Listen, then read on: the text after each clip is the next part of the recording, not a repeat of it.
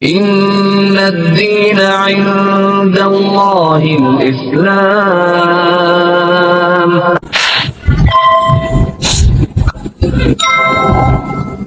Bismillahirrahmanirrahim. Assalamualaikum warahmatullahi wabarakatuh. Alhamdulillahirrabbilalamin. Wassalatu wassalamu ala rasulillah.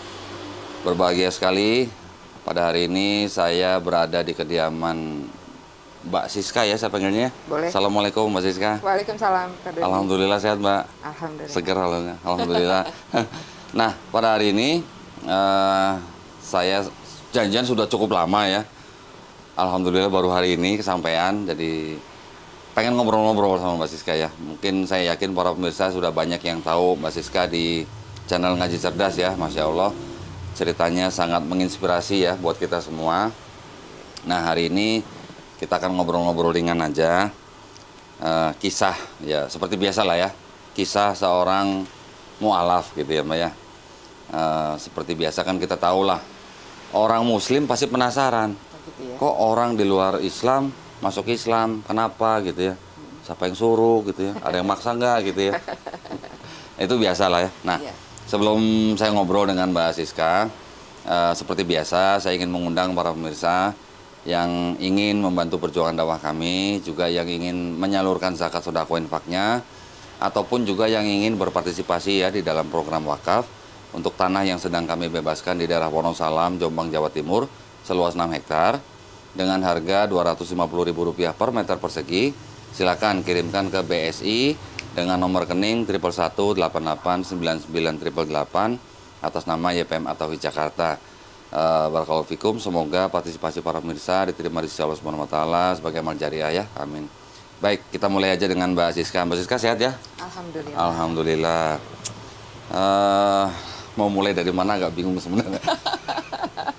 Tapi nggak apa-apa ya, nanti kita korek lagi. Mbak Siska, Ya. kan Sada tahun Februari 2015. 2015. Beda tipis sama saya itu sebenarnya. Alhamdulillah. Beda tipis ya, 2015. Berarti sekarang udah tahun ke-7 ya. Ya. Gimana Mbak?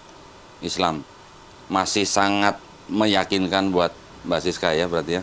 Alhamdulillah ya. Alhamdulillah. Jadi Islam itu penuh dengan ilmu ya, syarat dengan ilmu gitu. Dan sesuai dengan fitrah manusia. Betul. Jadi memang Islam adalah agama fitrah. Hmm. Jadi hukum-hukum yang dibuat atau hukum-hukum yang harus kita ikuti di dalam agama Islam itu sesuai dengan fitrah kita gitu. Jadi kenapa harus sholat 5 waktu? Kenapa harus berpuasa? Ya.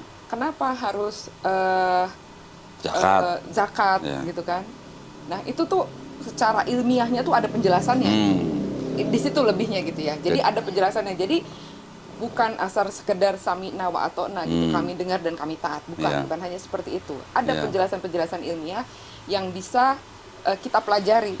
Banyak banget hal yang terus terang saya pertama kali di awal-awal nggak ngerti gitu. Kenapa sih harus begini? Kenapa harus kita ikutin gitu. Nah, ternyata itu cuma permasalahannya adalah karena kita kurang jalan-jalan, istilahnya kurang piknik, kurang agak jauh jalan-jalannya dikit. Jadi sebenarnya kurang membaca aja, kurang mempelajari. Nah, Allah adalah Allah yang maha baik. Ketika kita benar-benar bertanya, ketika kita benar-benar mencari, Allah pasti jawabannya. Entah gimana jalan ceritanya. Apakah ada ketemu guru, ketemu teman, ketemu youtuber yang kayak Kododi, kayak Dr. Menahim Ali gitu, yang memberikan bukti-bukti gitu kan artinya. Saya terus terang banyak sekali belajar dari Dr. Menahim Ali. Jadi saya bersyukur banget itu ketemu ya dengan pengen ketemu? Pengen banget. Kalau boleh ketemu. Ayo. Alhamdulillah kalau bisa. Boleh insyaallah. Karena gini, saya mendapatkan penjelasan dari guru saya sebelumnya itu adalah banyakan dari analisis. Analisa kita baca Bible-nya kayak apa sehingga secara analisa kita pikir begini jawabannya harusnya. Nah, itu hanya baru analisanya saja gitu. Tapi ketika dengan Dr. Menahim Ali, saya diberikan bukti-bukti nyatanya berupa tulisan-tulisan yang dari abad keberapa yang nggak tahu gitu ya. Saya benar-benar terkagum-kagum dan saya bahagia banget bahwa berarti apa yang saya pelajari benar. Gitu. Apa yang saya pelajari benar karena dibuktikan. Ini sekarang udah bicara pembuktian gitu. Nggak lagi bicara soal sekedar nalar berpikir gitu. Banyak orang yang mengatakan yang di luar Islam tuh yang mengatakan pada saya bahwa kamu nggak bisa menggunakan akalmu saja gitu. Itu kamu hanya mengandalkan kekuatan manusia gitu. Nah tapi sekarang ternyata Allah baik. Betul. Ya, Allah kasih. Ini loh buktinya, ini loh buktinya, ini loh buktinya gitu. Jadi Mbak Siska pernah nggak ngelihat orang nyimpen buku di dapur? ya saya juga suka. Oh, ada juga. Saya juga suka. Saking di mana-mananya ya maksudnya ya. Saking di mana-mananya. Saya berapa kali ke rumah Pak Ali. Saking banyaknya kitabnya, Ya. saking nggak ada tempat lagi, ke dapur Pak bukunya Mbak. Jadi Nah, itu yang saya pengen tuh. Jadi saya benar waktu saya masuk Islam itu pertama kali tuh saya merasa seperti dibukain perpustakaan yang besar sekali Gitu tuh ya, seperti itu gitu. ya. Jadi rasanya semua pengen saya baca, cuma kok ya waktu saya kok nggak ada, kok ya ini kok Ya. saya baru umur segini, kok ya baru begini. Tapi ya sudahlah itu memang bagian yang dari Ya. Allah. Ada bagiannya lah Ada ya, bagiannya lah ya, masing-masing ada lah ya. bagiannya dan ternyata alhamdulillah media sudah begitu dengan mudahnya. Saya nggak usah banyak-banyak baca-baca, yang penting saya dengerin Dr. Menhaim Ali, saya Ya. dengerin Kodong di udah cukup untuk bisa menjadi bukti gitu bahwa semua ilmu yang saya pelajari, yang saya dapatkan sebelumnya berupa analisa itu ada buktinya. ada buktinya. Enggak, saya cuman kadang-kadang takut istrinya Pak Ali itu salah ngambil buku, tangkain bumbu gitu ntar. Ntar masuk wajan aja kitab nih masih bisa rame perang dunia ntar itu. Alhamdulillah ya Mbak ya. Jadi memang betul Pak Ustadz Menhaim Ali dan saya kan yang tergabung di dalam Yayasan Pembina Mu'alafat Tauhid ini kan tujuan kita, visi misi kita kan memang membentengi akidah umat Islam. Salah satu misi kita adalah melalui ilmu kristologi. Tetapi ilmu kristologinya nih kita tidak mau yang hanya sekedar retorika gitu Mbak. Semua harus ada bukti. Dan kalau bisa bukti-buktinya malah kita menggunakan bukti-bukti dari kalangan mereka sendiri. Itu yang kita pakai dengan metode Muqobadoh. Ya. Bahkan imam-imam ulama-ulama kita di abad pertengahan juga sudah menggunakan metode yang seperti itu gitu ya untuk menyanggah kaum sebelah gitu lah istilahnya. Nah tapi kalau kita nggak bicara mengenai proses dulu Mbak Siska dari seorang Kristen menjadi seorang sekarang ustazah gitu ya. Enggak lah, terlalu berat ustazah. Habis Saya masih belajar banget. belum ustazah. Enggak lah, saya yakin Mbak Siska ini ilmunya udah sangat tinggi lah. Maksud saya prosesnya itu loh yang kita sedang cari, yang bisa menjadi inspirasi buat kita umat Islam sebagai penguat iman kita gitu Mbak. Nah boleh nggak Mbak cerita awalnya gimana? Ya seperti yang sudah saya ceritakan ya, bahwa pertama, siapa tahu ada yang ketinggalan gitu ya, ada yang belum diceritain ya. Ya gitu. Kalau cerita itu ya memang mulanya memang sejak saya sekolah dulu itu memang pernah jadi guru sekolah minggu dan memang ada keinginan ya untuk menyampaikan ya waktu itu saya berpikir itu adalah kebenaran. Ya gimana juga kan keyakinan itu menyatakan bahwa asal kamu percaya saja gitu ya, asal percaya saja maka Yesus mati di kayu salib untuk mengampuni dosamu, maka dosamu akan diampuni. Segitu mudahnya gitu kan. Jadi waktu itu kan pemikiran saya kan seperti itu juga dong kok. Jadi saya pengennya semua bangsa ya semua orang lah ada manat agung ya. Iya dong, apa yang saya punya kan harus saya bagiin dong sama orang-orang dong ya kan.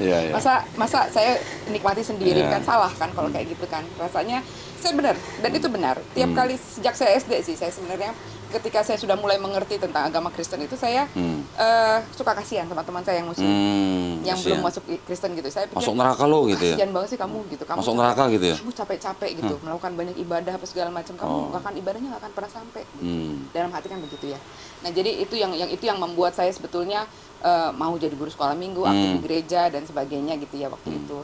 Nah ya memang banyak baca.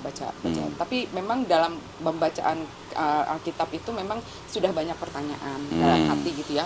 Walaupun pertanyaan itu ketika kita dulu mau bertanya itu jawaban-jawabannya tidak memuaskan. Ya baik dari pendeta, baik dari orang-orang tua, baik dari pendahulu-pendahulu gitu ya. Nggak memuaskannya gimana Mbak? Nggak memuaskannya itu menurut saya nggak kayak gitu harusnya. Nggak diurapi Roh Kudus kali. Ini nih. Ya, bagian yang saya setelah saya hijrah itu banyak saya dari teman-teman lama itu yang bilang kamu tuh Roh Kudus sudah lari dari kamu makanya kamu jadi nggak ngerti lagi sekarang gitu. Saya tuh tunggu sebentar, Roh Kudus yang mana nih sekarang ini ya? Kalau Roh Kudus, ada berapa Roh Kudus? Nah gitu kan? Ya sekarang gini logikanya kok. Kalau misalnya Roh Kudus itu adalah Roh Allah itu sendiri ya. Roh Allah itu mengirimkan nabi-nabinya dari mulai Adam sampai dengan Isa. Kita meyakini Isa dan meyakini Nabi Muhammad. Ada benang merahnya sebetulnya, yaitu ajarannya sama. Pesannya satu, ya? Pesannya sama, yaitu mereka mengajarkan tauhid, la ilaha illallah, bahwa tiada Tuhan selain Allah. Iya, betul. Ya. Nah, tiba kita disodorkan suatu kenyataan bahwa Yesus adalah Tuhan. Yang mana dia adalah jelas-jelas manusia. Gitu. Naik pangkat. Jelas-jelas manusia, ya. Jelas-jelas manusia, dan itu bukan Allah, gitu. Dan itu adalah Tuhan, tapi itu dinyatakan adalah Tuhan. Sekarang yang beda sendiri ini dinyatakan sebagai Roh Kudus. Nah, ketika kita tidak mempercayai itu, kita dikatakan Roh Kudus lari dari kita. Sekarang saya tanya sih, ini Roh Kudus yang mana nih sekarang? Gitu kan? Ya nggak kok? Iya kan? Iya, masuk akal. Karena itu ada benang merahnya loh. Iya. Kenapa saya meyakini bahwa ajaran Nabi Muhammad adalah benar? Salah satunya adalah benang merahnya di situ kok. Bahwa dia mengajarkan hal yang sama. Iya. Bahkan ajaran kasih yang dinyatakan ada juga di Islam, ya. Ada juga di sana, gitu. Bahkan nggak cuman ke manusia, ya. Iya. Kasih sayangnya. Kasih sayang ke tumbuhan, ke hewan, ya, barangnya. Semua makhluk. Bahkan kita nyembelih binatang aja ada adabnya. Ada doanya. Ya? Ada doanya, nggak main potongan. Iya. Nggak boleh kita bikin binatang itu takut, ya. Nggak boleh. Masya Allah, ya. Nah. Terus lanjut Mbak tadi. Gimana? Sampai mana saya tadi? Prosesnya tadi yang setelah mendapatkan jawaban tapi nggak puas gitu. Iya. Jadi begitu saya masuk di kampus saya dulu, di tingkat 1, roommate saya, teman sekamar ya. Teman sekamar saya masuk Islam, saya kecewa banget, saya marah banget. Dan memang di waktu itu mengajukan banyak pertanyaan memang. Dan saya nggak bisa jawab. Waktu itu saya cuma bilang, tolong tunggu bentar ya, saya mau bawa kamu ke rumah saudara saya yang pendeta gitu. Saya bilang, saya buat diskusi. Tapi belum sampai waktunya dia udah hijrah, udah pakai hijab dan sebagainya. Masya Allah. Saya marah sebetulnya dalam hati gitu. Marah karena saya kesel gitu ya. Dan saya kesel pada diri saya sendiri, kenapa saya nggak bisa jawab ya gitu. Nah, pertanyaan-pertanyaan itu saya pertanyakan terus, saya cari jawabannya, tapi ya itu tadi nggak terjawab. Nggak memuaskan, nggak terjawab. Bisa kasih contoh satu aja, Mbak, pertanyaannya? Pertanyaannya salah satunya, kenapa sih orang Islam tidak mau menerima Yesus sebagai Tuhan dan Juru Selamatnya? Padahal di Yohanes 14 ayat 6, Yesus berkata, akulah jalan dan kebenaran dan hidup, tidak ada yang sampai kepada Bapa kalau tidak melalui aku. Ini kalimat yang tidak terlalu sulit gitu. Nah, kemudian saya tanya banyak orang, semua bilang itu karena mereka yang kalangan Kristen ya waktu itu ya, bilang jawabannya bahwa mereka ada selubung yang menutup pikiran mereka sehingga mereka tidak bisa menerima kebenaran itu gitu. Ya hati kecil saya cuma bilang gini, ini kalimat mudah banget kok.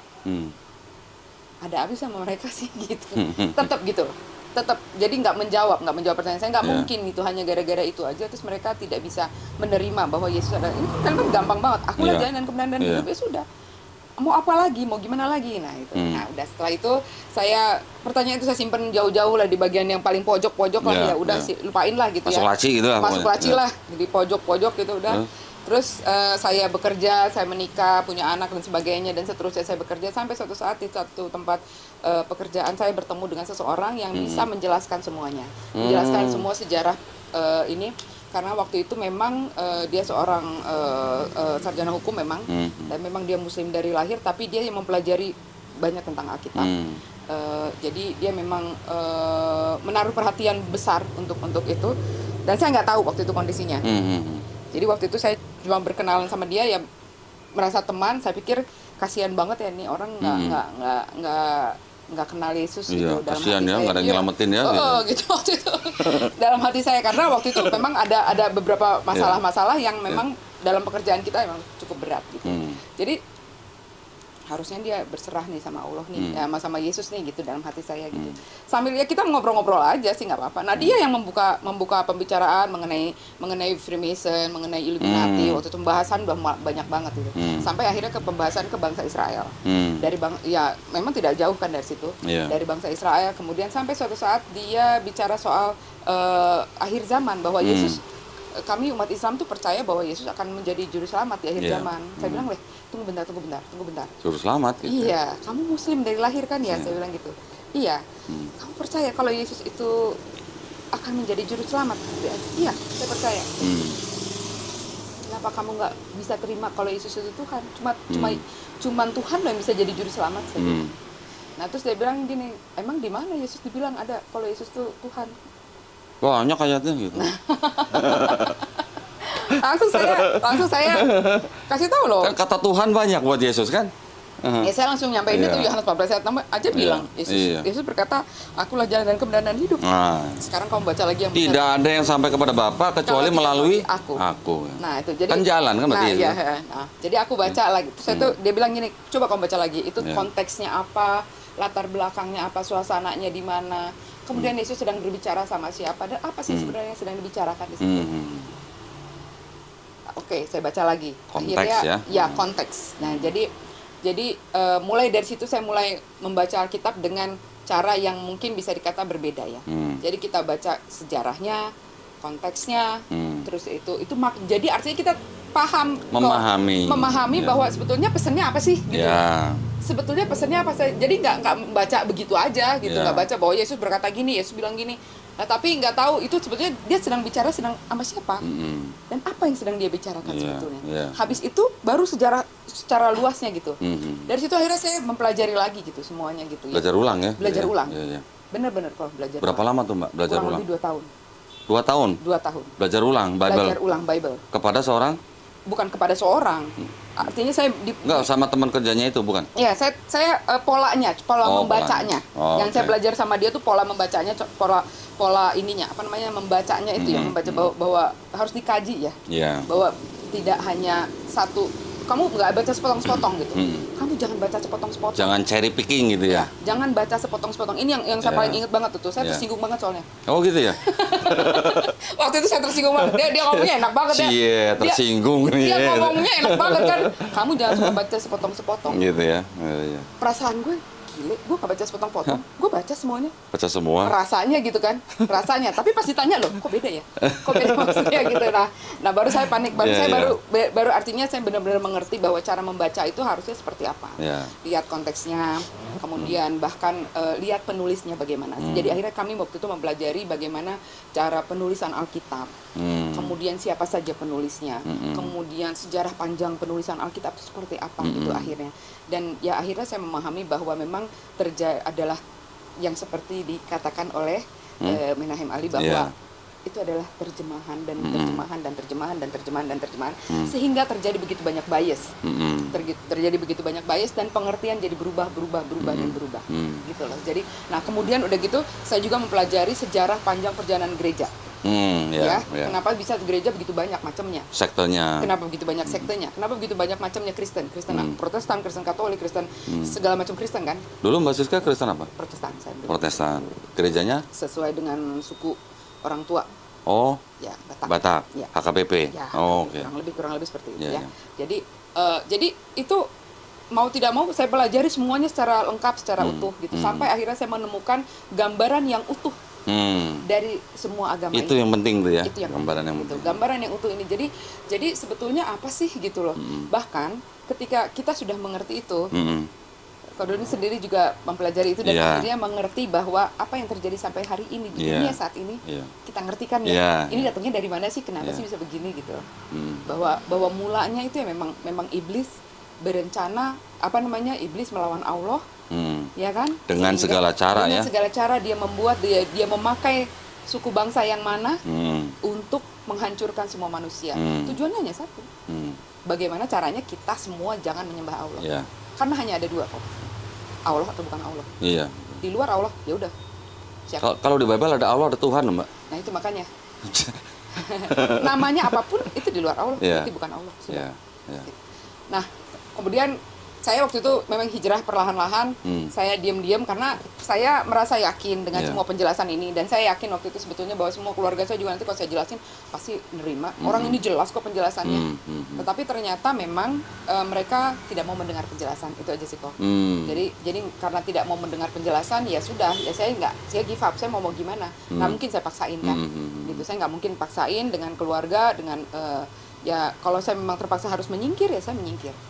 Akhirnya gimana, Mbak? Saya menyingkir, saya keluar dari rumah. Dikeluarkan dari rumah? Saya Atau keluar keluar dari sendiri? rumah. Saya keluar dari rumah. Oh, keluar sendiri. Oh, oke. Karena memang mantan suami waktu itu tidak mau sama sekali. Saya udah selama 4 tahun saya berusaha untuk untuk membuka dialog, membuka diskusi. Iya. Dia hanya berkeras, dia bilang pokoknya kamu balik lagi dulu, baru kita diskusi. Gitu. Oh.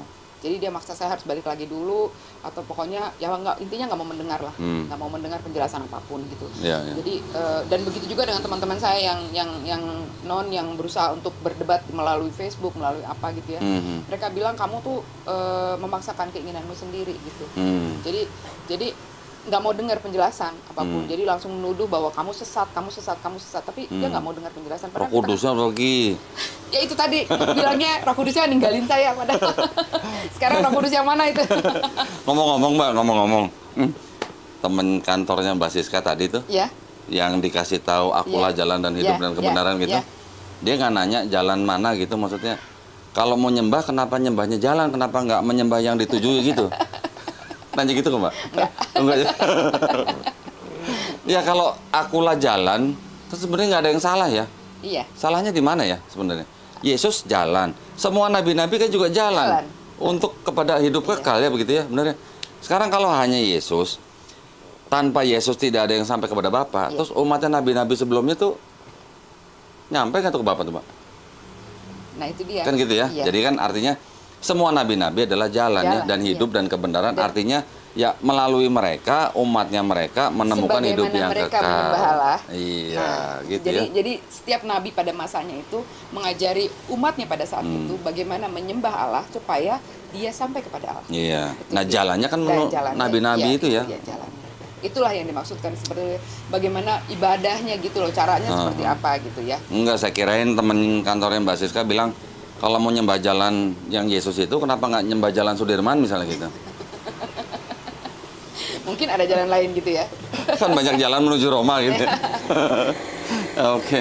Wah, jadi setelah itu Mbak Siska harus keluar dari rumah. Saya harus keluar dari rumah. Ya saya pikir saya harus keluar dari rumah karena anak-anak juga sebenarnya sudah menjadi Muslim kebetulan. Jadi kami memang waktu itu anak-anak diam-diam terpaksa puasa juga berdiam-diam, apa segala macam diam-diam gitu, kasihan mereka. Dan mereka sebetulnya saya akhirnya menguatkan diri untuk meninggal, ya berlepas diri, karena gini, anak-anak sudah nanya, mama kita mau sampai kapan begini, mau sampai kapan kita seperti ini gitu.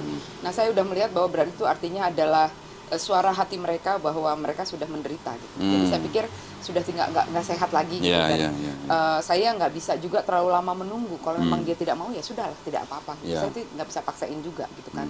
Saya nggak mau maksa. Kalau memang nggak mau dengar ya sudah, saya yang menyingkir gitu. Jadi saya tinggalkan dan kami berpisah. Ya kebetulan anak-anak alhamdulillah Allah beri hidayah juga, karena mereka bertanya dan saya menjelaskan, mereka bisa menerima penjelasan itu. Karena kan memang sebetulnya buktinya ada gitu loh. Jadi kalau misalnya kita mau fair, kita mau jujur seperti ya, selalu kita katakan kalau mau jujur sebetulnya kan buktinya ada. Buktinya ada kok. Dibuka Alkitabnya. Rata-rata kan gini Mbak ya. Ini saya bilang nih dalam tanda kutip ini penyakit ya. Orang itu hanya melihat yang di depan, tapi mereka tidak mau melihat yang di belakang. Apa penyebabnya, bagaimana jalannya, bagaimana siapa yang membuatnya dan segala macam ya. Seperti tadi cerita awalnya Mbak Siska kan. Orang taunya di depan sudah menjadi sebuah doktrin atau dogma gitu lah ya. Yang sudah masuk ke alam pikirannya, di mana kadang-kadang kalau yang walaupun itu benar atau salah nggak tahu, tapi kalau setiap hari masuk, kemudian sekarang nggak sadar di bawah alam bawah sadar. Masalahnya janjinya manis banget. Yang entah benar atau salah jadi kebenaran gitu Mbak ya. Dan janjinya manis banget gitu. Janjinya manis banget. Itu masalahnya kan. Nah kebetulan Mbak Siskanya sukanya kan? Ngasem gitu ya mungkin. bukan begitu masalahnya. Kalau kita misalnya dijanjikan sama orang, Koko misalnya dijanjikan, ada Koko tinggal duduk aja, invest aja, duduk aja manis, nanti Koko dapat 1 miliar deh. Gak usah ngapa-ngapain gitu ya. Gak usah ngapa-ngapain, asal tanda tangan aja. Asal Koko percaya kira-kira saja. nanya nggak? Ini siapa yang bikin, dari mana? Siapa yang janji? Gimana jalan ceritanya nih bisa begini? Wajar nggak sih kalau kita nanya kayak gitu? Wajar banget lah, justru kita wajib nanya yang begitu ya. Jadi kembali lagi adalah dasar hukumnya kalau saya ya. Kalau saya mungkin karena saya biasa bicara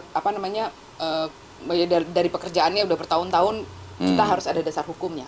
Apa yang menjadi dasar hukum itu yang menjadi landasan kita untuk melakukan suatu kegiatan, melakukan suatu tugas dan pekerjaan. Dalam hal ini terutama ya dasar hukumnya yang harus, kalau buat saya ya dasar hukumnya harus benar gitu loh. Kalau dasar hukumnya sudah nggak jelas, sudah salah-salah, banyak kesalahan di dalamnya, ya mohon maaf, saya nggak bisa itu ngikutin yang dasar hukumnya seperti ini gitu. Nah, sementara saya bertemu dengan Quran yang dasar hukumnya alhamdulillah bisa dibuktikan dengan semua ilmu pengetahuan. Dan Quran sendiri bicara bahwa ujilah aku gitu lah. Bahasanya mungkin bahasa kitanya ujilah aku gitu. Maka buatlah surat semisal. Jika kamu meragukannya maka buatlah surat semisal. Bawa teman-teman kamu. Bawa teman-teman kamu bikin surat semisal. Bawa jin sekalian gitu. Sampai seperti itu kan. Sampai seperti itu. Artinya nggak main-main gitu. Artinya nggak main-main ya kan. Nah, kemudian pembuktian secara ilmiahnya sudah banyak ya. Saya nggak usah ceritain di sini, panjang gitu, banget kan. Kita banyak baca buku semua. Silakan teman-teman buka YouTube, buka apa segala macam ilmu pengetahuan sekarang sudah banyak yang terbukti gitu. Nah, kalau itu ditulis hanya oleh seorang manusia yang bernama Nabi Muhammad gitu ya. Hanya ditulis oleh manusia yang pada masa itu belum ada teknologi apapun. Bahkan dia pun sebenarnya adalah seorang yang umi ya. Gitu kan, yang tidak bisa membaca gitu, mulanya nggak bisa membaca gitu, baru disampaikan oleh malaikat gitu. Nah, kemudian penulisan hadis-hadisnya itu ada perawinya segala macam sejarahnya, dan Allah menjanjikan bahwa Allah menjaga Quran itu, dan sampai hari ini Quran yang 1400 tahun yang lalu itu masih sama persis dengan yang sekarang kita baca. Itu kan membuktikan bahwa Allah bekerja di sana di dalamnya gitu. Saya pernah dibilang sama keluarga saya bilang gini, memang Alkitab itu ada campur tangan manusia, jadi wajar kalau ada kesalahan. Oh, gitu. Ngaku ya? Ngaku. Terus? Ya sudah. Tapi gitu? Ya, tapi tetap janji itu masih terlalu manis. Janji itu masih terlalu manis buat mereka gitu. Sebenarnya terlalu manis itu bisa saya katakan juga begini ya. Ajarannya tuh, kalau istilahnya apa ya? Too good to be true gitu ya? Too good to be true. Bisa gitu ya? Sebetulnya begitu sih sebetulnya. Oh, sebetulnya sadarnya setelah? Iya. Alhamdulillah. Alhamdulillah disadarin. Sudah sadar. Alhamdulillah. Sudah gitu loh ya. Saya berharap sih semua keluarga saya, semua teman-teman saya juga bisa mau. Ayolah kita buka, ya fair aja lah. Kita buka buktinya gitu kan, supaya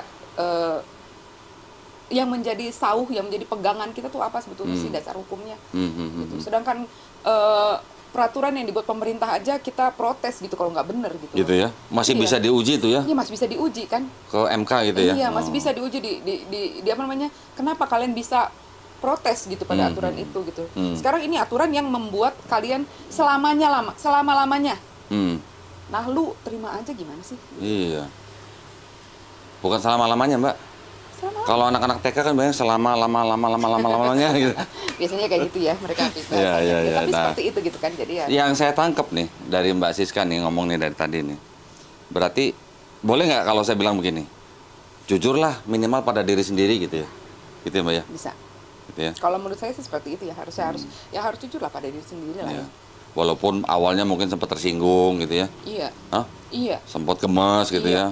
Berember-ember air mata saya waktu belajar. Ember-ember ya. Iya. Saya serius, saya nangis. Karena apa? Pertama merasa ditipu. Kedua, merasa ditipu oleh ajaran sebelumnya. Oh gitu. Hampir 40 tahun loh. Iya. Gue nyembah apaan sih? Sorry Mbak, saya potong nih Mbak, sorry. Ada seorang wanita, masih muda, umur 20-an, kerja di sebuah instansi pemerintah. Ya. Gerejanya sama HKBP, datang ke kantor saya.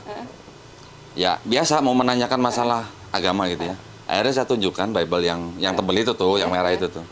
Saya suruh bacanya lama loh, padahal kalimatnya nggak panjang. Tapi dia bacanya lama, sampai akhirnya saya diemin. Baca lama, setelah itu dia tutup sendiri, dia nangis. Loh, kenapa kamu nangis? Saya bilang gitu. Jadi selama ini saya ditipu ya gitu, gitu Pak. Iya. Gitu ya, Mbak Siska juga ngerasa gitu? Iya, saya merasa seperti itu. Saya merasa ditipu. Jadi waktu saya akhirnya saya memutuskan syahadat karena teman saya itu nggak ngebolehin saya waktu di awalnya. Saya bilang saya pengen sholat, saya bilang gitu. Udah baca dulu Alkitabnya yang bener. Itu bolak-balik dia bilang. Ya artinya dia maunya saya memang benar-benar paham dulu. Jangan sampai saya masuk itu hanya gara-gara ikut-ikutan atau hanya gara-gara emosi sesaat. Gitu. Jadi ya saya akhirnya memutuskan itu, saya udah nggak tahan lagi. Saya bilang, Tuhan, saya selama ini saya sembah apa? Sembah siapa gitu ya? Sembah siapa saya sebenarnya selama ini gitu. Saya begitu rindu sekali untuk bersujud gitu. Waktu pertama kali sujud gimana Mbak rasanya Mbak? Ya nangis lah. Nangis ya? Nangis. Jadi ingat ya di Bible Yesus sujud ya? Ya? Akhirnya saya bisa sama kayak Yesus sujud gitu ya? Ya. Betul nggak? Betul. Saya merasa gitu loh Mbak. Betul. Iya. akhirnya saya Sujud. bisa tidak menyembah Yesus gitu. Iya. Akhirnya saya hanya bisa menyembah Tuhannya Yesus. Betul ya, Mbak? Iya, betul. Masya Dan Allah. rasanya makin lebih bersahabat dengan Yesus biar bagaimana. Iya, karena benar, iya. karena ternyata Yesus itu kan menyembah Allah dan Iya. dan dia menyuruh kita menyembah Allah sebenarnya Iya. gitulah. Jadi sebetulnya akhirnya kita bisa lebih dekat, bisa lebih ya, cuma memang sekarang aku nggak curhat sama Yesus lagi. Kalau Iya. dulu aku curhat sama Yesus. Iya, iya. Kalau sekarang aku curhat sama Allah gitu loh. Di dalam tiap Aku dia sujud. curhat sama Yesus. Iya dulu ya begitu ya. Dear Jesus Iya, loh iya, dulu. iya, iya, Dear iya. Jesus gitu loh. Oh my Jesus gitu. Iya, Dear Jesus dulu begitu loh. Iya, Kalau iya, sekarang iya, ya udah sama Allah ya. Alhamdulillah, Sekarang sama Allah ya. dan semua masalah itu kita tumpahkan di sajadah kita gitu. Iya. Di dalam sujud kita itu. Iya. Dan betapa indahnya kalau kita ternyata menurut Ustadz Adi Hidayat ya, Mm, bahwa sholat itu adalah keperluan saya. Iya. Jadi Bukan Allah yang perlu kita sholat. bukan Allah yang perlu disembah, tapi Allah tuh lagi nungguin kamu mau ngomong apa lagi masalahnya, Iya, kamu iya. masalahnya apa gitu. Iya. Dan ketika kita sujud itu Allah lagi mengusap kepala kita bilang, iya apa kamu butuh apa gitu loh. Masya Allah. Iya kan? Betul. Nah sehari 5 kali, Hmm. sehari 5 kali artinya begitu. Ini apa ada jarak waktu itu cuman istirahat dulu jam Iya. siang kamu istirahat dulu, abis Iya. kerja kamu capek istirahat dulu, ngomong dulu sama saya ada masalah apa. Hmm. Enak banget kan ya? Keren loh, Mbak, itu Mbak, bener. Iya kan? Habis itu nanti udah mau sore-sore biasanya kita kan Iya, gitu kan Pak. iya, Masalahnya kalau kita lagi kerja itu kan dari pagi masih seger ya, masih Iya. banyak kayak ini segala macam aktivitas. Sudah mulai agak siang mulai capek, udah mulai banyak masalah, udah. Mhm. Ketika kita wudu, seger, sholat, terus ngomong ya Allah, tolong mudahin ya Allah, tolonglah. Ada masalah ini, misalnya, udah. Iya. Habis itu kan berjalan lagi sore. Iya. Nah, ketika sore itu kan sebetulnya saat-saat lagi udah Udah. ngantuk, udah semua, iya kan? Iya kan semua Iya, udah iya, kita konsentrasi udah full, udah habis. Di situ sholat lagi, sholat lagi sini, ngomong lagi sama saya. Mhm. Terus menghadapi malam. Biasanya kita menghadapi malam tuh kan saat-saat yang perubahan dari siang ke malam itu sebetulnya suka lemes, nggak tahu kenapa. Mbak Siska dulu waktu masih Kristen nggak pernah sujud kalau doa Nggak. tentang Yesus. Enggak, Lah Yesus kan di Bible sujud. nggak pernah saya. Kok nggak ngikutin? Karena nggak ada diajarin. Oh, nggak diajarin. Nggak diajarin sama gereja. Iya. Oh, oke. Iya. Nggak ada gereja yang ngajarin kita sujud ya, Kita Mbak kan ya. diajarin begini. Oh, tangan. oke. Tapi Begini kan, ya? padahal Yesus sendiri nggak pernah tuh lipat tangan. Iya ya. Iya kan? Ah. Coba, Kak Dodi pernah nggak baca di Yesus melipat tangan lalu Gambarnya ada. Ada kan? gambar Yesus begini. Gambar. Ya. Gambar juga begini kok. Iya, yang iya. yang pernah saya lihat sih ya. Iya. Nah terus itu kalau yang lipat tangan, Kak Dodi belajar dari. Kan ada yang begini ya. Iya, Ada yang begini. iya. Tapi Yesus pernah nggak suruh lipatlah tanganmu lalu kamu berdoa Yang diajarin Yesus kalau nggak salah doanya dalam kamar ya kalau nggak salah ya. di dalam kamar. Ya, Kemudian jangan kalau pamer kalau lagi menengadahkan puasa tangan, gitu ya. Iya, menengadahkan tangan. Menengadahkan tangan. Iya. Iya kan? Iya. Teman saya ada Mbak, yang doanya gini Mbak. Udah begini, terus begini. Oh itu main golf. Oke. Alhamdulillah ya Mbak ya. Kurang lebih seperti itu. Masya Allah, hampir 40 tahun ya. Iya. Alhamdulillah kita masih dikasih waktu. Masih Allah kasih kesempatan untuk belajar Kasih kesempatan. dan belajar ya. Dan belajar. Iya. Alhamdulillah kita masih dikasih kesempatan untuk bertauhid ya Mbak ya. Ya, bertauhid, menyampaikan. Itu yang penting ya. Masya Allah. Nah terus selama masa transisi ini Mbak, dari keluar dari rumah, jadi kan tadi sempat bilang kurang lebih 4 tahun. Iya. Terus kemudian keluar dari rumah. Iya. Sekarang berarti udah tahun ke-7 kan ya? Iya. Berarti ini tahun ketiga keluar dari rumah. Iya, kurang lebih ya. Belum lama dong Mbak. 2020 awal saya keluar, 2020 21 Iya. 2,5 tahun ya berarti ya. Belum lama berarti ya? Belum. Hubungan sama keluarga masih gimana? Terus terang saya ya memang nggak ini sih karena memang cara berpikir sudah berbeda ya. Mm-mm. Cara berpikir. Iya, tapi sudah kan berbeda. keluarga gitu loh. Ya tetap memang tapi cara menyelesaikan masalah, cara berpikir itu kan sudah berbeda. Jadi kalaupun kita ngobrol udah jadinya kayak ngobrol Hambar. kayak temen orang luar gitu Oh. karena memang udah beda sih cara berpikirnya. Bagaimanapun juga kita cara berpikir udah beda gitu. Ibu saya juga bilang gini, kan jadi nggak enak ngobrol sama kamu. Soalnya beda udah kata dia gitu.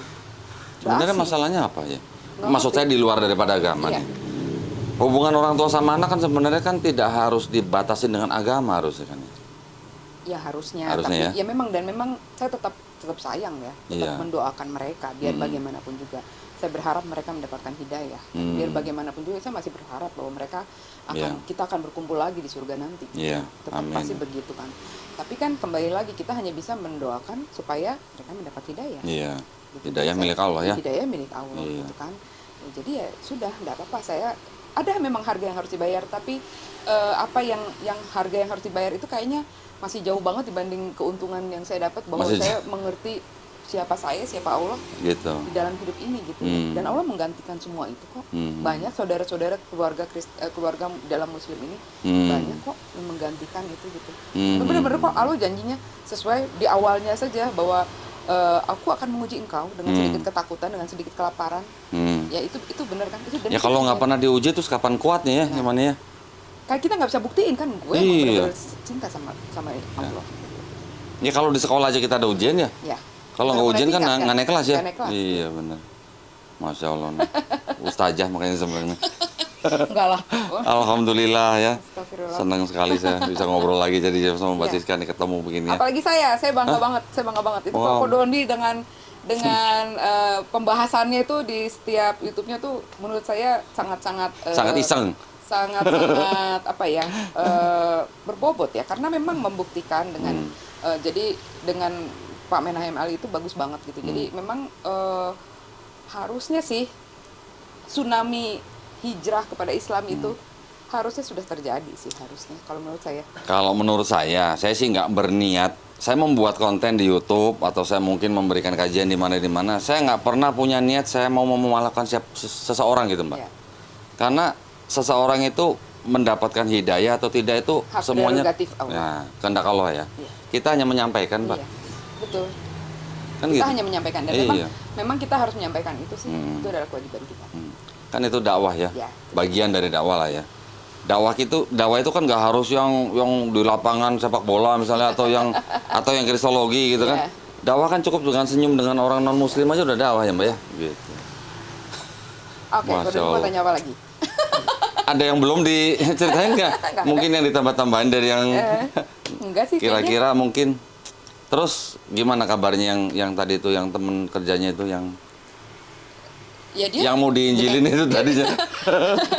dia kebetulan alhamdulillah makin bisa berdakwah di lapas, di mana Alhamdulillah, semua. Dia alhamdulillah. banyak, di Moab Center juga. Iya, iya. Alhamdulillah. Iya. Masya Allah. Luar biasa. Jadi kalau memang Allah sudah berkehendak ya lain ceritanya. Lain Ya, semuanya pasti akan ada jalannya, Mbak ya. Iya. Seperti sekarang Mbak Siska juga. Saya yakin Mbak Siska juga mungkin kemudahan atau keakraban atau kehangatan yang diterima di keluarga yang dulu tidak didapatkan sekarang. Tetapi saya yakin pasti Allah sudah menggantikan dengan Iya. sesuatu yang lebih baik ya. Iya. Dan saya yakin Mbak Siska juga sekarang hatinya pasti lebih tenang. Hati itu jelas lebih damai karena apa? Bener nggak? Karena jadi gini loh. Enggak, kita- tunggu sebentar. Karena nggak pakai penutup begini. Dalam nama Yesus, aku berdoa. Betul nggak? Iya, iya betul. Karena gini, yang pasti kita udah tahu relnya di mana. Kita dudukkan dulu relnya di mana. Iya. Kita tahu jalannya mau kemana. Jadi Iya. kita udah tetap di situ. Apapun masalah yang terjadi, ya udah balik lagi ke situ. Ya kan? Iya. Masalah itu pasti ada. Selalu ada masalah dalam kehidupan. Iyalah. Tapi ketika dasar hukumnya itu tadi kita pegang kuat, Mm-mm. ya kan? Nah, dan itu adalah kiriman dari Allah itu Iya, sendiri. iya. Dan Allah janji dia jaga. Iya. Ya udah pastilah. Mau kemana lagi sih? Mau ngapain lagi sih? Iya. Ya kan? Jangan sampai kita keluar dari rel gitu, Mbak Dari ya. rel, kan? Iya. Dan umat muslim itu kan adalah umat yang menantikan kematiannya sebetulnya. Kita yang umat yang mempersiapkan kematian kita Iya, dengan iya, sungguh-sungguh iya, iya. gitu. Karena kita rindu mau ketemu sama Allah. Hmm. Itu kalau kita nggak nyiapin di sini dengan benar-benar, Benar. itu kan Iya, masalahnya kan. benar. Ada satu fenomena yang buat saya sih cukup aneh ya. Gimana, cukup Mbak? lucu. Sebetulnya mereka dijanjikan untuk pasti masuk surga kan ya. Mm-mm. Tapi kenapa ya waktu kemarin COVID Mm. Oh, yang paling takut mati itu sebetulnya siapa yang paling takut mati? saya mau komen takut ah. Saya terus terang loh. Iya, iya, iya, paham. Ketika saya sendiri mengalami hal itu kok, mengalami saat sakit COVID, saya kena. Oh, pernah Kena. positif. Betul. Iya. Dan sesak nafas itu terjadi ternyata karena pikiran saya sendiri. Oh. Saya takut. Iya. Gimana anak-anak saya gimana, ini saya gimana Mm-mm, kondisinya. mm. Tapi ketika once saya berserah ikhlas, ya Allah, kalau saya memang mau ketemu sama Allah ya udah. Berarti anak-anak Allah yang jaga. Begitu pasrah, Begitu pasrah, begitu ikhlas, hilang sesak napasnya hilang. gitu ya. Sesak napasnya. Iya, benar. serius. Benar. Itu serius. Benar. Itu benar-benar serius. Jadi artinya memang pikiran kita yang dikacaukan aja gitu kan. banyak penyakit yang berhubungan langsung dengan pikiran kok. Nah itu jadi maksud saya gini loh, sebetulnya kalau misalnya dijanjikan dengan kebenaran ya harusnya nggak usah takut lah. Iya. Harusnya kenapa jadi lu yang pada takut sih gitu? Ya harusnya nggak usah takut gitu, karena kita harusnya kalau lu dijanji udah pasti masuk surga, kok takut sih? Ya, Jangan komen ah. Tapi ya udahlah, cuma komen saya aja ya. Iya. Cuma komen saya. Paham lah. Cuma saya sih di situ kelebihannya Islam sih menurut saya, buat saya sih itu aja gitu loh. Saya betul nggak dijanjiin surga yang pasti lu masuk gitu. Karena apa? Semuanya emang kita harus berbuat baik, kita harus melakukan apa yang sesuai dengan kehendak Allah. Kan ada perkataan begini, Mbak. Kalau kita ini kan sudah dijamin dengan percaya Yesus gitu kan, pasti masuk surga gitu kan. Kalau Islam kan harus begini, berusaha sendiri, dan semuanya insya Allah gitu kan, semuanya mudah-mudahan gitu. Pertama, Allah yang kita sembah itu sekarang adalah Allah yang Maha Pengasih, Maha Penyayang, dan Maha Pengampun. Ya, betul. Allah sanggup mengampuni semua dosa kita. Mereka dulu mengajarkan saya bahwa apapun yang kamu buat nggak akan mungkin membuat kamu sampai ke sana. Karena Allah Maha begitu kudusnya sehingga tidak bisa menerima kamu yang kotor ini. Nggak sanggup. Tapi saya menemukan bahwa di sini bahwa Allah Maha Pengasih, Maha Penyayang, dan Maha Pengampun. Dia bisa mengampuni saya. Dosamu yang merah seperti kirmisi akan putih menjadi seperti bulu domba, itu bisa. Allah ampuni, Bisa. Merah seperti kain kesumba. Ya, merah seperti kain kesumba dan putih akan seperti bulu domba. Seperti bulu domba, ya kan? Itu Allah yang ampuni gitu. Nah, sayangnya itu adanya di PL, Mbak. Nah, itu dia. Itu nggak ada di PB. Nah, masalahnya. jadi akhirnya berubah kan ya? Maksud saya, di PL itu kan nggak ada cerita mengenai Yesus. Ya oke lah kalau teman-teman Kristen mengklaim bahwa banyak ayat ratusan di PL menubuatkan Yesus, itu hak mereka ya. Tapi maksud saya, konsep di PL yang tadi bilang dosamu merah seperti kirmisi bisa menjadi putih seperti salju hanya dengan apa? Bertobat, membasuh diri, memperjuangkan kebenaran, membela janda-janda, mengurus anak yatim. Sama sama kita ya. Sama. Kita juga bertobat ya begitu ya ngurusinnya. Makanya itu. Dosa yang maksimum seperti buah kirmisi bisa menjadi putih seperti salju. Artinya Allah apa? Gua ampunin lo gitu. Iya, bisa kan? Ya. Merah seperti kain kesumba, putih seperti bulu domba. Tetapi itu adanya di PL. Yang di PB nggak ada, Mbak. Yang di PB itu kalau mau putih seperti salju atau putih seperti bulu domba harus percaya dulu Yesus juru selamat, Tuhan gitu. Udah beda kan? Beda. Masih kena nggak? Kira-kira Mbak, kira-kira dulu waktu sadar, kok beda ya gitu ya? Tahu nggak kenapa Mbak bedanya kenapa? Karena ternyata yang PL ini sebenarnya bukan miliknya yang PB ini gitu. Memang beda ajarannya ya. Gak enak ngomongnya. Artinya yang PL ini sebenarnya kan kitabnya, kalau boleh saya bilang nih ya, kitab Yudaisme. Yang ternyata monoteis juga. Yang ternyata sebenarnya sama dengan Islam. Artinya ya oke lah, maksudnya mungkin mereka disebut Yudaisme karena itu adalah ciptaan manusia. Kalau kita yakin ya, Islam adalah agama yang diturunkan Allah Subhanahu wa Ta'ala sendiri kepada kita manusia ya. Tetapi intinya monoteismenya kan masih sama. Masih sama. Garis benang merahnya masih sama. Tetapi begitu ditambahin PB, jadi begini Mbak. Jadi petabrakan kan? Jadi monoteismenya ada, politeismenya ada. Sinkretismenya ada ya. Makanya yang di perjanjian lama Allah Maha Pengampun, saya sebutnya Allah ya karena tulisannya Allah ya. Kalau yang di PB jadi seperti tidak Maha Pengampun karena harus turun sendiri ke bumi, mati di atas kayu salib, menebus dosa manusia. Nah, apa mungkin yang begini-begini, apakah teman-teman kita yang Kristen juga tahu? Belum tentu ya. Kita juga dulu mungkin nggak tahu ya. Kita juga. Nah, itu makanya jadi konsep pengampunan dosa itu yang sangat berbeda, sangat aneh sebetulnya dalam ajaran itu. Konsep keselamatannya yang di PL sama di PB ternyata beda. Gitu loh. Jadi ya memang Allah memang sempurna, kesempurnaan milik Allah memang nggak akan ada ibadah kita yang jadi sempurna gitu. Tapi siapa yang tahu sih timbangannya Allah? Iya nggak? Sholat kita yang bisa menilai ya Allah aja ya. Allah aja yang tahu kan. Zakat kita nggak bisa, nggak ada yang bisa, manusia nggak ada yang bisa, Iya. nggak ada yang bisa ngukur itu. Iya. bahkan ada hadis yang mengatakan bahwa seorang pelacur dia bisa masuk surga hanya karena memberi makanan, Minum anjing. memberi minum anjing. Nah, lu kalau mau bandingin semuanya dengan ibadah lo itu, mungkin kita secara manusia melihatnya, tapi ya itu tadi manusia seringkali memanusiakan Allah ya. Iya. Seringkali, nah jadi lupa dia bahwa Allah itu bukan manusia, nggak sama. Ya Allah tuh bisa mengampuni, mau kayak gimana juga dosa kamu bisa. Iya, betul. Gitu. Jadi jangan memaksakan doktrin. Ya, maksudnya ya itu beda gitu loh jadinya kan. Jadi konsepnya gitu. Dulu kan saya yakin pasti Mbak Siska pasti percaya begini. Tuhan itu kan maha kuasa, dia bisa jadi apa aja.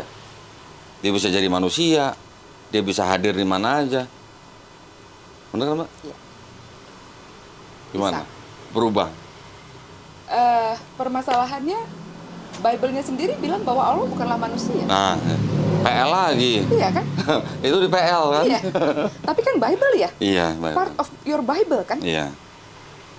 Masalah gini, Mbak. Di PB itu ada hampir 1000 ayat, kurang lebih 937 ayat yang mengutip dari PL. Iya. Tapi maksud saya, mengutipnya itu mengutip dalam rangka apa? Dalam rangka menutupi konsep yang sama sekali berbeda dengan PL gitu loh. Kalau di PL sudah dibilang Tuhan itu bukan manusia, gitu kan? Tuhan itu maha pengampun misalnya. Tuhan itu maha suci, maha tinggi segala macam, tidak mungkin menyerahkan kemuliaannya kepada siapapun termasuk patung gitu kan. Begitu di PB, Tuhan itu ada Bapa, ada Roh Kudus, ada manusia, firman gitu misalnya. Konsepnya udah berbeda, tetapi ini dicoba untuk digabungkan gitu loh. Kalau kau ini sadari ya, itu sebenarnya jadi bertentangan nggak sih? Dalam satu kalau Bible kita ngelihat itu udah bertentangan, buat kita bertentangan, tapi buat mereka itu kan adalah penyatuan gitu loh. Yang PL dipakai karena dianggap banyak nubuat untuk Yesus, sedangkan yang punya kitab bilang itu sama sekali nggak ada buat Yesus gitu. Yang punya kitab ya, yang punya kitab, yang aslinya ya, yang aslinya yang punyanya, otoritinya gitu. Ya, yang otoritinya gitu kan. Nah, jadi ya gitulah masalahnya ya. Nah sebetulnya saya ya karena pertentangan itu akhirnya terjadi pertentangan kan antara itu dan lucunya gini ya, ya salah satunya yang saya nggak bisa terima jadinya gitu kan. Mereka meyakini bahwa hukum Taurat itu sudah digenapi. Sudah dibatal itu itu ya di apa namanya di Perjanjian Baru sudah digenapi, yang itu sebabnya kenapa mereka nggak perlu lagi hitan, nggak perlu lagi ya banyaklah hal yang aturan-aturan yang karena sudah ada ini katanya sudah ditebus dengan matinya Yesus di atas kayu salib. Sudah dengan matinya Yesus di kayu salib. Tapi kok Doni pernah jalan-jalan nggak ke gereja yang ortodoks lah, yang gereja-gereja yang bukan ortodoks ya, gereja-gereja yang kayak GKI, GPIB, AKBP gitu. Kenapa perjanjian 10 hukum Tauratnya masih dibaca ya dalam aturan? Masih dipakai. Nah, dalam tata aturan gerejanya itu. Pilih-pilih ya, Mbak. Dalam ininya, jadi dalam urutan ibadahnya, tata ibadahnya, pembacaan 10 firman Tuhan itu dibaca. Oh, ada. Oh, oke. Kalau di AKBP ada perpuluhan, Mbak? Ada. Belakangan sih ada ya. Belakangan dulu sih seingat saya dia cuma persembahan, tapi udah makin kesini kan makin banyak gereja-gereja GBI, Betania begitu yang mengajarkan perpuluhan, nah baru mereka menyebutnya sebagai perpuluhan. Istilahnya gitu ya, persembahan sih mereka dulu. Nah masalahnya kan gini Mbak, ini mungkin sebelum kita tutup ya Mbak ya. Di dalam PB itu kan ajaran yang mengatakan bahwa Yesus sudah mati di atas kayu salib, kemudian karena itu kita tidak perlu sunat. Ya. Kemudian juga boleh makan babi. Ya. Gereja yang mengajarkan loh ya. Mungkin mengambil beberapa ayat yang dikatakan oleh Paulus ya. Tapi sebenarnya yang dimaksud oleh Paulus itu adalah untuk orang-orang non-Yahudi. Walaupun menurut Yahudi juga ajaran itu salah gitu ya. Karena Yahudi is Yahudi, Taurat is Taurat gitu ya, tidak ada kata dibatalkan gitu kan. Nah, mungkin ayat-ayat yang dibaca dari tulisan-tulisan Paulus itu yang dipraktekkan sekarang. Nah, masalahnya yang dipraktekkan ini kan masih ada yang dipilih-pilih. Sunatnya enggak. Perpuluhannya masih. Maksud saya, kalau ada sunat hati Mbak atau sunat rohani, kok nggak ada perpuluhan hati atau perpuluhan rohani? Berarti kan masih ada pilih-pilih gitu kan. Nah, Ya, itulah yang diambil atau yang di apa namanya cherry picking lah ya. Ya. Mbak Siska pasti ingat lah, mungkin kalau zaman dulu kita kecil, oh babi itu boleh dimakan gitu. Padahal di PL jelas-jelas nggak boleh gitu kan, karena dia memang berkuku belah gitu, bersela panjang gitu. Ya. Mau babi hutan atau bukan babi hutan ya? Sama-sama kuku belah. Enggak, soalnya belakangan jadi babi hutan jadi babi kok. Jadi babi hutan kok. Pertanyaannya babi hutan sama babi ternak sama-sama kuku belah atau beda? Ya itu dia sama, Sama kan? kan gitu. Ya itu maksud saya, Ya. sama-sama kuku belah, sama-sama bersela panjang. Nah, maksud saya hal-hal seperti itu yang mungkin ya nggak tahu apa motivasinya zaman dulu gimana, tahu-tahu jadi boleh. Ya. Ya, itulah ya. Nah, sekarang alhamdulillah kita sudah apa namanya menikmati iman Islam nih, Mbak. Boleh nggak Mbak pesan buat pemirsa nih, baik yang untuk non Muslim atau yang Muslim gitu? Oke. Dari Ustazah Siska nih. Bukan ustazah, saya bukan ustazah lah. Saya hanya seorang muslimah aja. Muslimah, ya, ya. Belajar. Alhamdulillah. Sama-sama belajar. Kita sama-sama belajar. Silakan, Mbak. Bahwa yang terutama ya memang kita harus belajar yang banyak. Mm-mm. Tetap harus apa ya? Tetap harus mencari ilmu ya. Kita jalan-jalan ini harus agak jauhan dikit. Jadi lebih banyak lagi membaca. Karena apa? Banyak pengertian-pengertian kita yang belum sampai gitu. Bahasa Quran itu bahasa yang sangat tinggi dan sangat halus. Gitu. Allah menegur kita tuh dengan cara yang sangat halus. Gitu. Berulang kali Allah mengatakan bahwa maka apakah kamu tidak berpikir, maka apakah kamu tidak berpikir. Artinya apa? Allah sudah memberikan kita akal, pikiran yang sempurna, begitu sempurnanya sehingga harus kita gunakan secara maksimal. Harus kita gunakan secara maksimal. Nah, caranya ya bagaimana kita belajar ilmu, gitu kan? Dan ini memang keistimewaan di dalam agama Islam bahwa kita benar-benar harus belajar. Bahkan ada adabnya. Ada adabnya belajar, ada adabnya mencari ilmu tuh ada. Iya. Ya kan? Bahkan ada seperti itu. Nah, jadi yang saya harapkan jangan mau percaya begitu aja. Tetap harus dasar hukum itu harus dipelajari. Apa dalil-dalilnya? Kenapa bisa begini? Kenapa bisa begitu? Dan mari kita jangan saling langsung menghakimi kalau kita belum mengerti. Kalau kita belum paham tuh ya jangan langsung menghakimi. Yeah. Tapi ketika kita sudah mempelajarinya, kita sudah mendapatkan ilmu pengetahuannya. Nah, dasar hukumnya itu harus kita pahami betul. Nah, untuk kita terapkan gitu ya. Jadi pertama ya kita terapkan dulu dalam kehidupan kita ya kan. Nah, barulah kita bisa bicara soal kebenaran, karena secara otomatis sih sebenarnya ketika kita menerapkan apa yang kita pelajari ya, ketika kita mengkaji gitu. Kita cari ilmu-ilmunya lebih banyak lagi, kita akan dengan sendirinya akidah kita akan berubah. Cara hidup kita akan berubah. Kita akan bahagia, kita akan tenang gitu. Iya kan? Kita bukan menjadi muslim yang pasrah aja. Cuman ngafalin doang sambil nggak ngerti, nggak akan kayak gitu. Gitu loh. Jadi pasti akan ini apa lagi ya, dan kita bisa menikmati apa yang namanya beriman kepada Allah. Beriman itu artinya kita tungguin, udah diem aja, udah tungguin. Yang saya alami, alhamdulillah sampai hari ini saya betul-betul banyak sekali belajar untuk berdiam diri, dan ya Allah yang kasih jawabannya sudah. Alhamdulillah. Alhamdulillahnya di situ ya. Iya. Masalah banyak. Iyalah. Banyak masalah. Kalau nggak mau masalah jangan hidup lah. Iya. Iya kan? Ya, Mbak ya. Memang dunia ini adalah ujian. Iya, tempatnya ujian ya. Tempatnya ujian. Betul. Jadi ketika kita bisa melewati ujian demi ujian itu, insya Allah kita akan bertemu dengan Allah, dengan Rabb kita di jannah. Ibaratnya dunia ini adalah penjaranya orang beriman gitu, Mbak. Ya, kok penjara sih? Nggak penjara juga kali. Ya, tapi kan nggak bebas gitu loh. Tempat latihan. Oh, tempat latihan. Tempat ujian. Gitu. Training camp gitu ya? Training lah. Training camp ya penjara juga kan, si Bapak ini. Ya, alhamdulillah ya. Kita mendapatkan banyak sekali pelajaran, kita mendapatkan banyak inspirasi ya. Mudah-mudahan Mbak Siska selalu sehat. Amin, ya, keluarganya dilindungi dan dirahmati Allah Subhanahu wa taala. Terima kasih banyak atas perhatiannya dari para pemirsa. Mohon maaf jika masih ada kekurangannya ya. Nah, sebelum saya tutup, Pak izin sebentar ya.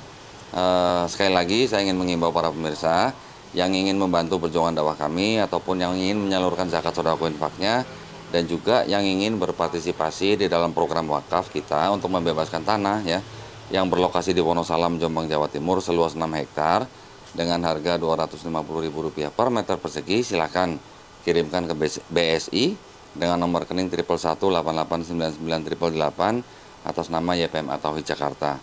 Baiklah, sekali lagi saya mau mengucapkan banyak terima kasih buat Mbak Siska.